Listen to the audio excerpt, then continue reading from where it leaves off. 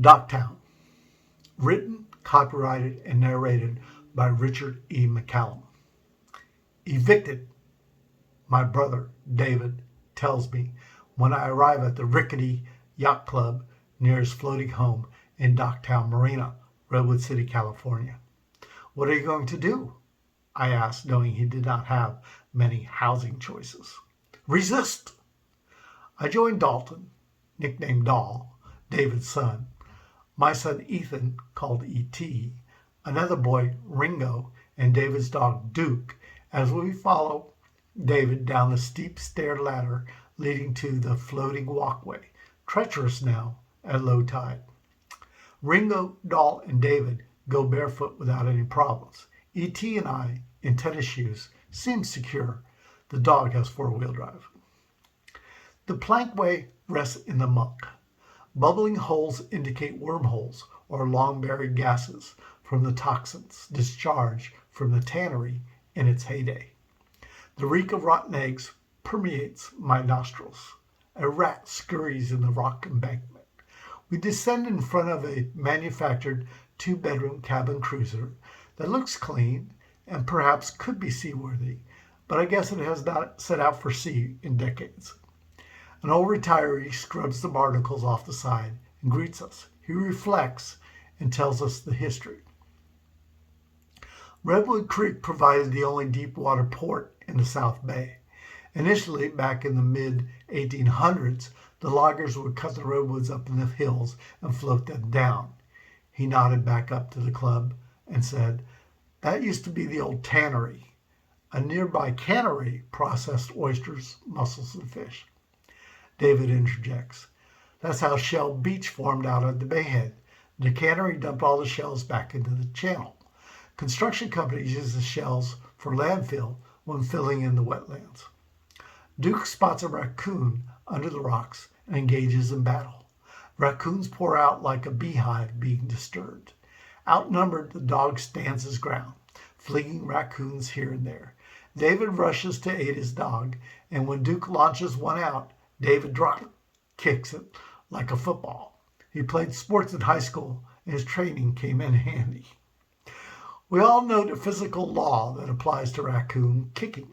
Every time he kicks one, they sail up to about the same height and achieve about the same arc and distance each time. Upon landing, they charge back in to battle the dog. Eventually, we boys and men gather behind Duke, and the raccoons are not sure that they cannot beat any one of us, but collectively they see how many we are willing to commit to the battle. They retreat to their digs under the bank, assuring they will live today and be able to fight another day when the odds are more in their favor. Success in battle leads us to cheer, high-five each other, and we follow our coon fighter. We walk by the little hand-built wooden hut floating on a small barge and on to our leader's slip. His 1,000 square foot cement barge has the first wooden level resting on the railing. "How did you get it into the slip?" Ringo asked. "My dad's little liveaboard sailboat barely made it over the sandbar." The foundation I had towed down from Sausalito timed it to arrive at high tide. The incoming flow of the November rain filled up the waterway enough to float the barge into the slip. I popped the two-man camp tent on the bottom of the cement structure. "Why the empty coffee can in front of your tent?" "To pee in if I can't make it to the clubhouse," E.T. pipes in. "One sleepover night, I got out of the tent and stepped right into the full can." We climb into what will someday be a window. Navigating the sawdust-spewed walkways past David's tent offers challenges.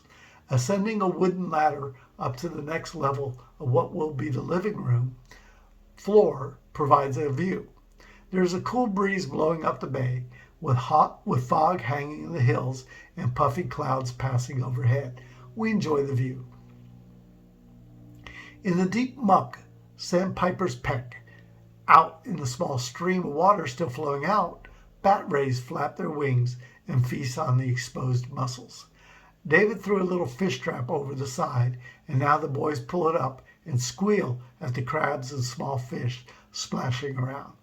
Under Doll's dad's instruction, the creatures get dumped into the 4-foot-long aquarium salvaged from his rental. A hand-me-down sailboat left by a previous tenant with David for safekeeping provides us a little shelter from the breeze. The boys and dog clamber in and out and up and down as they please. We adults open more beers, and someone pulls out a bag of chips. Life cannot get better. The sailboat has a small lavatory, and it, like the other boats in the slough, is just open to the drainage when you hit the flush button. Doesn't flushing the toilets into the bay bother you, I ask him. Before sealing the first floor of my floating home, a large plastic human waste container will be put down and then the floor built over it. He points to the container sitting propped up on one side of the house for now until its installation and first christening. How do you empty that? A sewage extraction boat comes by once a week and vacuums it out. Lovely. The dock does have a connection to the city's sewage system, and I might connect to that in the future. That would probably be in your favor, as opposed to those that would argue the marina pollutes the creek. Yeah, I agree. Want to do the right thing for the environment.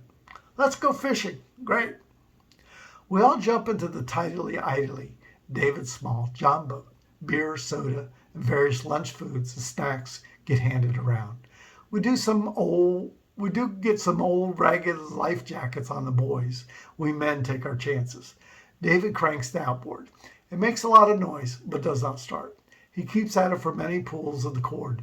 Then I take a turn. No results. David pulls the top off and pours some gas in the carburetor. We crank it a few more times, and it fires up and belches white smoke. The boys all cheer, and we untie from the post. The tide heads out. Good for us, as we were way low in the water. To keep the front end level, we get Duke, the dog, and E.T. to sit up front. Doll, weighing more than me, plops in the midsection with Ringo and me. David, a middleweight, squats behind us and mans the prop. The motor whines and spews white smoke, but makes its way down the drain, mostly drifting with the tide. We come to Comedy Corner, the Redwood Creek juncture with the Belmont Slough, named so as the onlookers love to watch the show as returning sail and motorboats, misjudging the low outflow tide, get stuck in the mud trying to return home. We make it out to Shell Beach, which laps at the San Francisco Bay edge, where the slough empties. Duke jumps out and swims to shore before we can even get to the beach. As soon as the nose of the boat rubs in the shells, E.T. jumps out. He runs up and hooks the anchor. The rest of us pile out, except our pilot operating the motor. We all get our socks and shoes wet and muddy. The skipper revs the outboard, and the tidy lily leaps onto the shells. He hops out and tightens the line to the anchor. We throw our gear, lunch, beers, sodas on the beach and rig up the fishing poles. Chunks of squid, the bait of choice for sharks and bat rays, were defrosted in David's fridge back at his house while sitting next to his eggs, milk, vegetables, and leftover chicken. The live earthworms from his fridge were picked off of the refrigerator shelves and put back in their box. The boys secure their bait and fling their lines out. For sharks and rays, it is a waiting game as they feed on the bottom. A couple of poles give worms for fish catching. Ethan trolls from the mud bank. He yells and disappears. We run over to find he has fell into one of the many crevices in the marsh. We pull the mud-encased boy up and out of the hole. Duke splashes around, chases critters. Urination calls get answered wherever the person happens to be standing at the time. After a spell, one of the rig poles bends. The closest person grabs it and gives it a hard hook pull. The line whines. We got something! The nearest boy holds the rod and, with instructions shouted and cheers yelled, whatever struggles at the end of the line gets pulled onto the shore. Sometimes the line runs left, then right, sometimes out to the bay, sometimes toward the beach, as the creature fights for its freedom. Minutes later, the beast at the end surfaces. A leopard shark. These run about 2 to 3 feet and give a good fight. David jumps in the water nets the creature up, pulls out the hook, and hands the shark to E.T. The boy holds the meat-eating beast up high as passing sailboats yell congrats. The boys run the shark over to the pool. They set the shark loose in the shallow water. The fun begins as they chase the fish around, pick them up, and throw them at each other. The shark cannot bite them, but holding on to its scaly skin takes some effort. Another pole shows some action. A bat ray comes ashore, and its wingspan spreads about 2 feet. Doll is given the prize and puts it in the pool with the shark. The stinger makes a friendly companion to play with, the boys and the shark.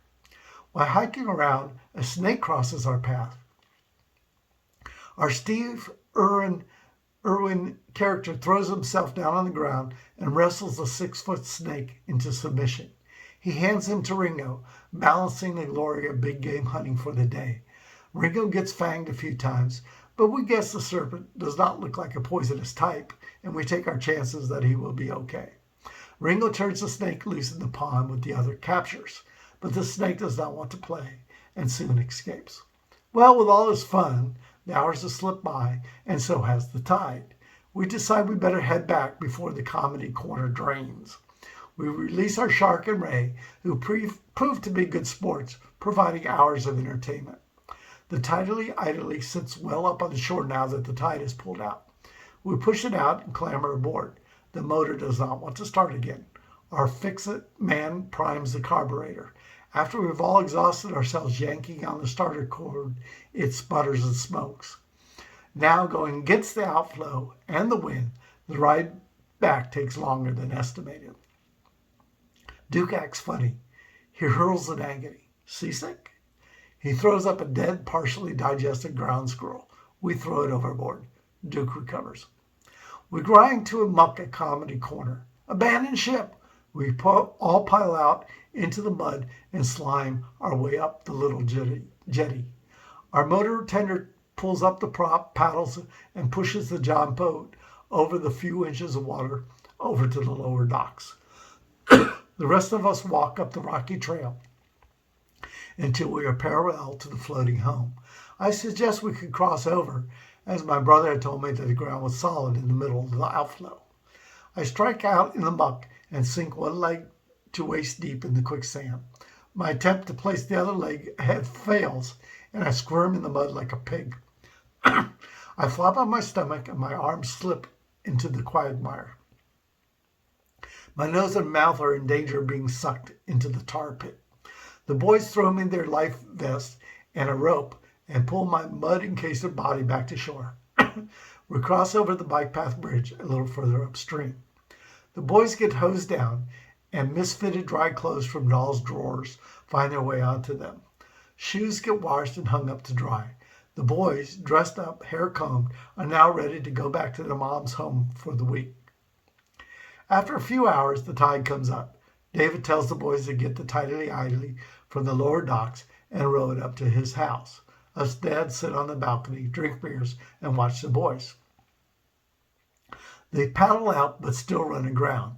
Tensions explode and Ringo swaps E.T. with the paddle on the head. We scream at Ringo. E.T. could have been knocked out and fallen into the water. Us fathers hop into a kayak and paddle out to the John boat. I get in the boat with Doll and E.T., and Ringo gets thrown in the kayak and escorted over to his dad's boat and told he cannot ever play with the boys again. Our goodbyes to David end with him telling us about the upcoming next event. The cleanup of the waterway event happens in a couple weeks. Check out the website, Romancing the Creek. Sounds like fun. Okay, be there. We part and pass by Leo, Ringo's dad, at the club where he and the liveaboards engage in drinking, smoking, and sharing a pleasant afternoon. How's my son Ringo doing? He's back on your boat. My avoidance of including the boys' conflicts bothers me, but my intuition warns me not to go there. He smiles and said, okay, check on him in a few. Romancing the Creek Day arrives, and Ethan and I make our way to Docktown.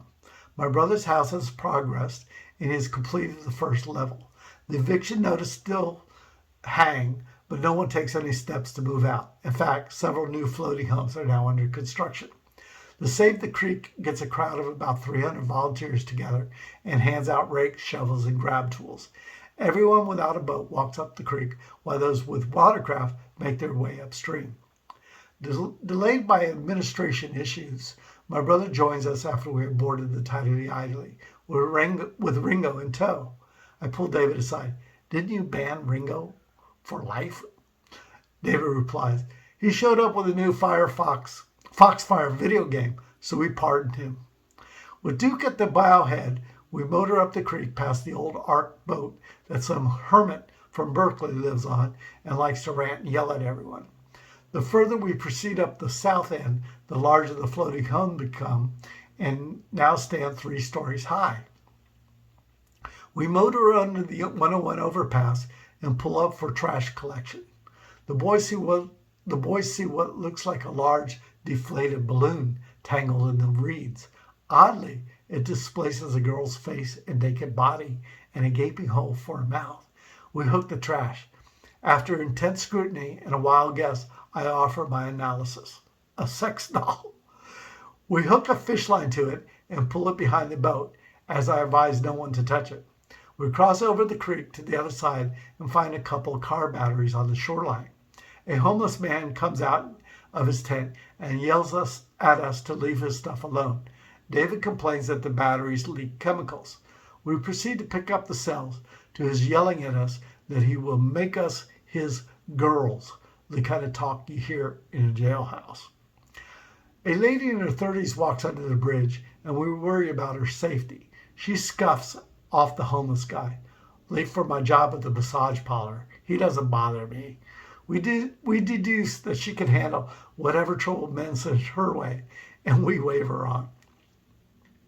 Loaded up, we need gas, so we proceed upstream to the 101 and on into the shopping area. The parking lot, built over a tunnel through which the creek flows, forces us to enter the long, dark underworld waterway. We're going kind of fast for it being so dark, and we all worry about hitting some submerged structure, but we do not slow down. After a quarter mile or so in the dark, the light at the end of the tunnel shows. We break out into the brightness and dock on the bank and bring the gas can up to the local station. Now, low in the water, we float back down the creek. The crowd has done a great job, and the garbage stands high. We hoist the sex doll upon the apex like a Christmas tree star. The boys go their own ways during the teenage years, and I catch up with David after he moves to Oregon. The private company that managed the marina for decades pulled out, and the city sold out to developers. They built a massive condo project on the other side of the slough. A lawyer living in one of the new boxes filed a lawsuit against the city. That sealed our fate. You did what you could. The city paid over $20 million to evict the 20-plus floating homes and boats. My floating home auctioned off now floats in the Sausalito Marina. End of story. Bye-bye.